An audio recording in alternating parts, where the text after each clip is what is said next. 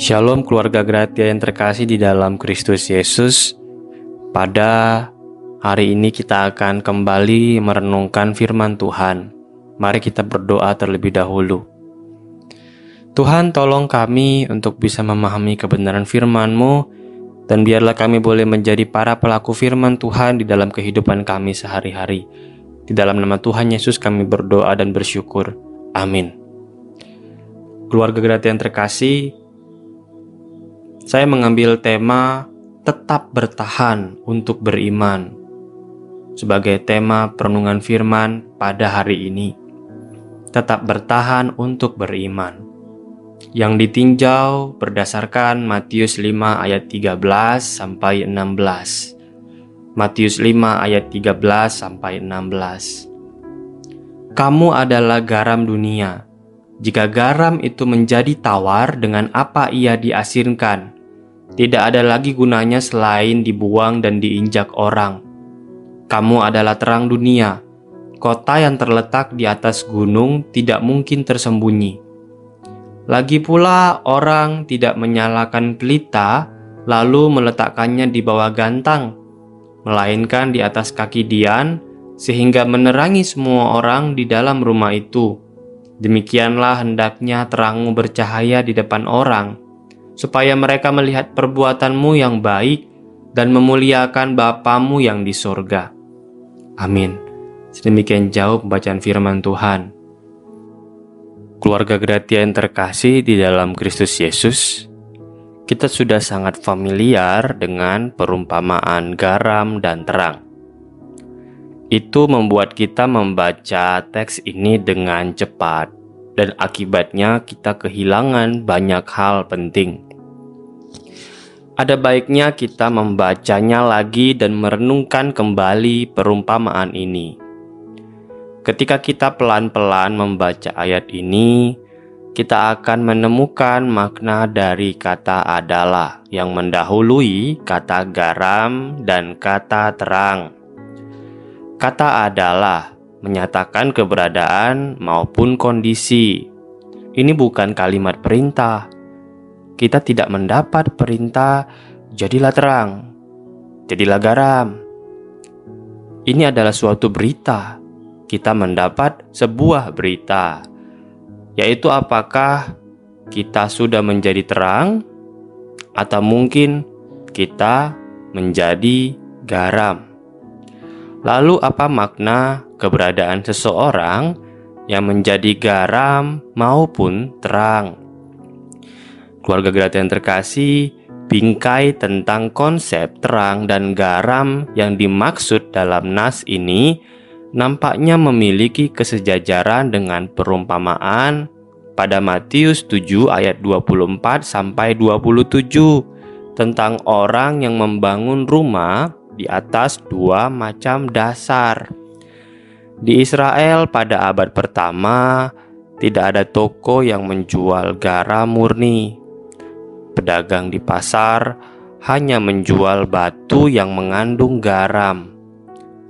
Ketika seorang ibu rumah tangga pada masa itu memasak sesuatu, dia memasukkan batu garam ke masakannya untuk membuat makanan menjadi gurih.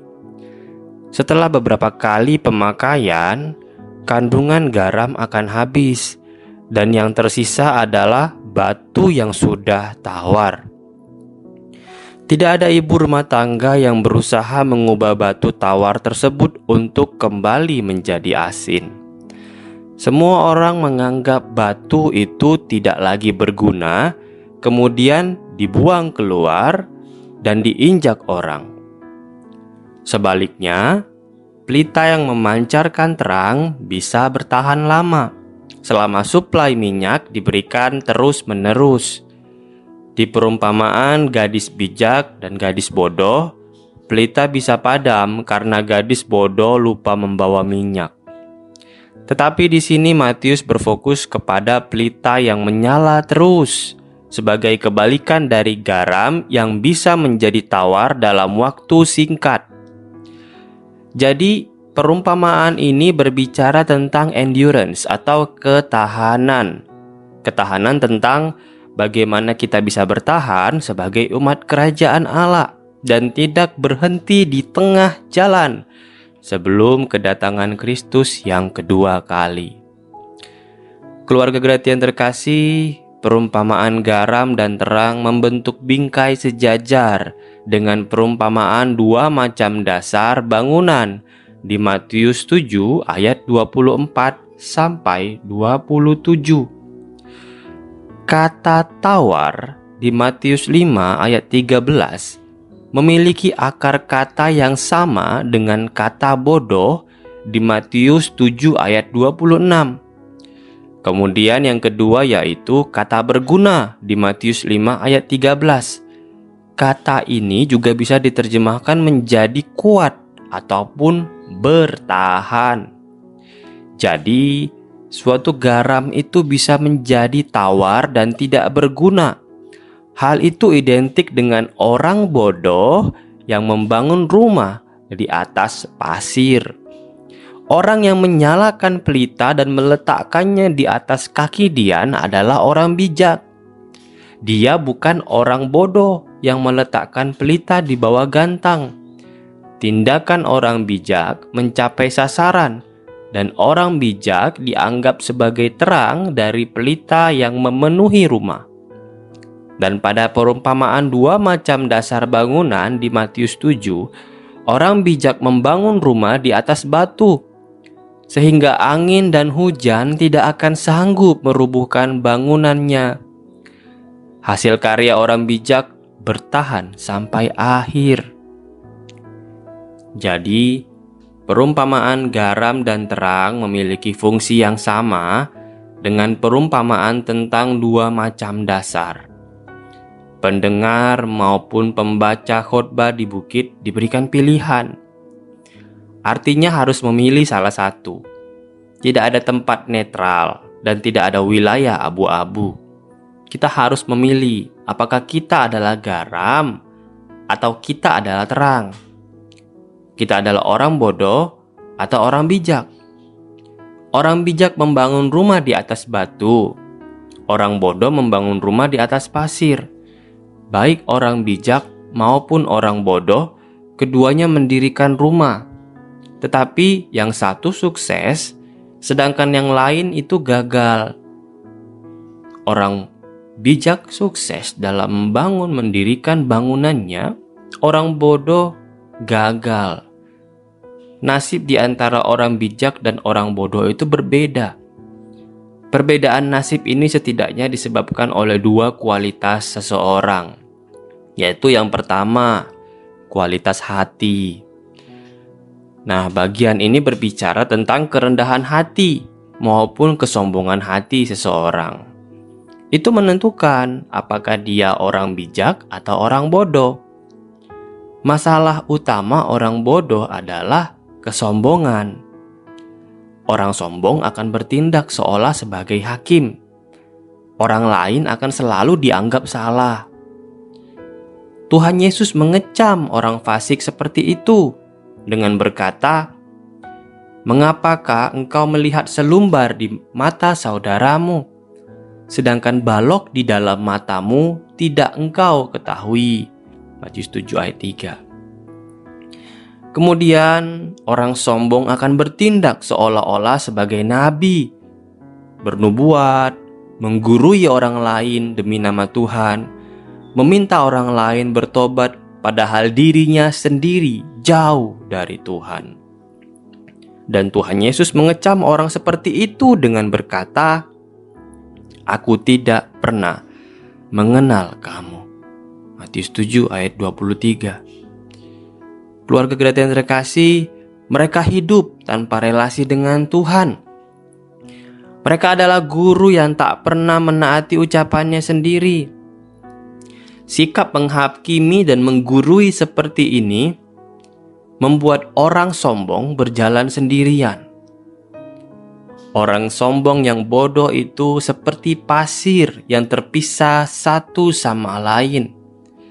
Mereka tidak ada kekuatan untuk menopang bangunan yang mereka bangun, maka semuanya akan runtuh dalam waktu singkat. Ada pepatah yang berkata, If you want to go fast, go alone. If you want to go far, go together. Artinya, jika kau mau berjalan cepat, pergilah sendirian. Jika kau mau berjalan jauh, pergilah bersama. Nah, itu pula yang diungkapkan dalam Pengkhotbah 4 ayat 12, yaitu, dan bila mana seorang dapat dikalahkan, 2 orang akan dapat bertahan. Tali 3 lembar tak mudah diputuskan. Artinya, ada kehancuran di dalam kesendirian, tetapi ada kekuatan di dalam kebersamaan. Setiap anggota bisa saja melakukan perbuatan baik yang berbeda, tetapi harus selaras satu sama lain. Kesatuan yang demikian hanya bisa dicapai oleh orang yang rendah hati. Orang yang rendah hati akan berkata, "Aku miskin di hadapan Allah." Mereka juga akan berkata, "Aku tidak memiliki kebenaran, aku haus dan lapar akan kebenaran. Aku berduka cita, aku meratapi keadaanku sebagai manusia celaka." Kepada orang rendah hati seperti itulah Allah memberikan kebenaran sebagai anugerah, sehingga mereka disebut orang yang suci hatinya. Orang yang rendah hati mengerti kelemahan orang lain, tidak menghakimi, tidak selalu menggurui, tetapi bermurah hati, berusaha menerangi, menyadarkan, dan bersama-sama ingin hidup ke jalan yang benar. Orang-orang yang rendah hati adalah para pembawa damai. Mereka menciptakan lingkungan yang kudus di mana semua orang melaksanakan kehendak Bapa. Mereka menghadirkan sebuah kerajaan yang memuliakan Allah dan sebuah kerajaan yang terus bertahan sampai Kristus datang yang kedua kali. Kemudian kualitas yang membedakan nasib orang bijak dan orang bodoh adalah kualitas keberhasilan hidup yang diinginkannya. Keluarga Gratia yang terkasih, kualitas seseorang dalam mengukur keberhasilan hidup menentukan apakah dia orang bijak atau orang bodoh. Berkaitan dengan itu, Matius 5 ayat 15 memberikan perbandingan antara gantang dengan kaki dian. Ini adalah sebuah kontras yang mana penerima Injil harus memilih satu di antara 2 benda tersebut sebagai alat ukur dari suatu pencapaian hidup. Memilih kaki dian atau gantang. Nah, keluarga Gratia yang terkasih, gantang adalah alat ukur volume gandum. Dengan bantuan gantang, seseorang petani bisa mengukur banyaknya hasil panen. Sehingga seorang petani akan dapat menentukan keberhasilan dari jerih lelahnya. Dengan gantang, kita bisa mengukur sukses duniawi. Tetapi bisakah gantang dipakai untuk mengukur seberapa terangnya suatu pelita? Tentu justru hasilnya adalah gantang itu akan menutupi terangnya pelita dan seisi rumah menjadi gelap. Jadi, ketika kesuksesan diukur dengan gantang, maka ukurannya adalah seberapa besar kemakmuran untuk diri sendiri dan tidak menjadi terang yang berdampak bagi sekitar. Kaki dian adalah alat untuk membuat pelita berfungsi lebih baik.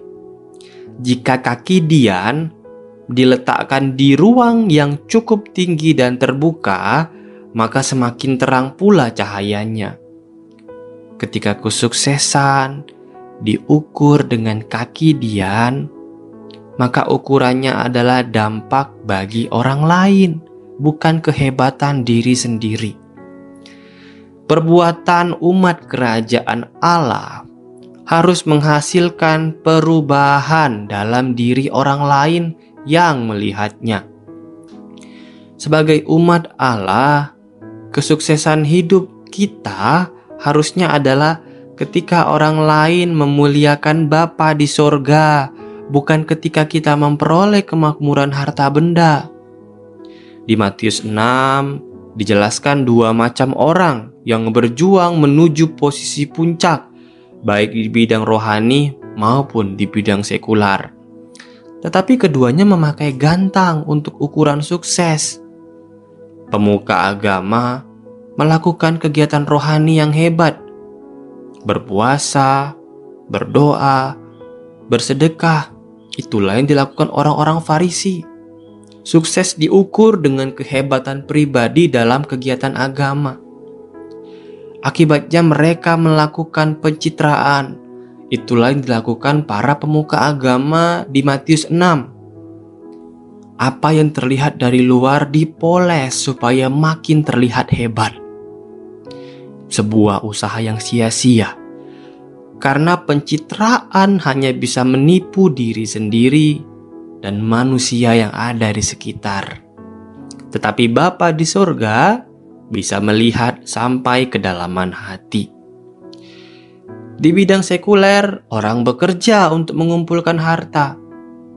Tidak ada yang salah dengan pekerjaan-pekerjaan sekuler. Karena semua orang harus bekerja untuk memenuhi kebutuhan hidup, seperti yang diajarkan Paulus kepada jemaat Tesalonika. Tetapi ketika kesuksesan diukur dengan gantang, diukur dengan seberapa kaya diri kita, diukur dengan seberapa banyak penghasilan kita, maka gantang itu akan menutupi pelita. Hati kita akan fokus kepada mamon. Akhirnya, perspektif hidup kita akan jadi gelap. Dan kita akan melihat orang lain dalam dua kategori saja, yaitu apakah dia berguna untuk menambah kekayaanku, atau berbahayakah dia karena bisa menguras kekayaanku. Mengerikan sekali. Orang lain sudah bukan lagi kita anggap orang nantinya. Kita juga akan selalu hidup dalam rasa khawatir, karena tak seorang pun bisa mengendalikan hari esok. Kita tidak bisa memperbaiki diri dengan memakai gantang sebagai alat ukur, apalagi memperbaiki orang lain. Kaki Dian menempatkan kita di posisi yang mudah terlihat oleh semua orang. Dan sebagai pelita di atas kaki Dian, akan banyak yang menonton kita. Artinya, akan banyak tantangan dan godaan. Namun, fokuslah pada sang pemilik pelita, yaitu Tuhan Yesus. Dalam Alkitab, seluruh kebenaran mengarah kepada kebenaran Injil yang dinyatakan lewat Tuhan Yesus. Renungkanlah itu siang dan malam. Dan kita akan menemukan bahwa Allah menyertai kita senantiasa sampai akhir zaman. Keluarga Gratian terkasih, jadilah umat kerajaan Allah yang suka membaca dan merenungkan kebenaran Injil Yesus Kristus, sehingga terang kita akan bercahaya di tengah dunia yang gelap ini. Kiranya kita menjadi alat di tangan Tuhan untuk membawa perubahan di hati orang lain, sehingga mereka pun bisa memuliakan Bapa yang di sorga. Amin. Mari kita berdoa. Tuhan, terima kasih Engkau menyadarkan kami kembali bahwa kami harus menjadi terang yang bercahaya, tetap bertahan di tengah iman kami, dan terus memancarkan cahaya di dalam hidup kami. Di dalam nama Tuhan Yesus kami berdoa dan bersyukur. Amin.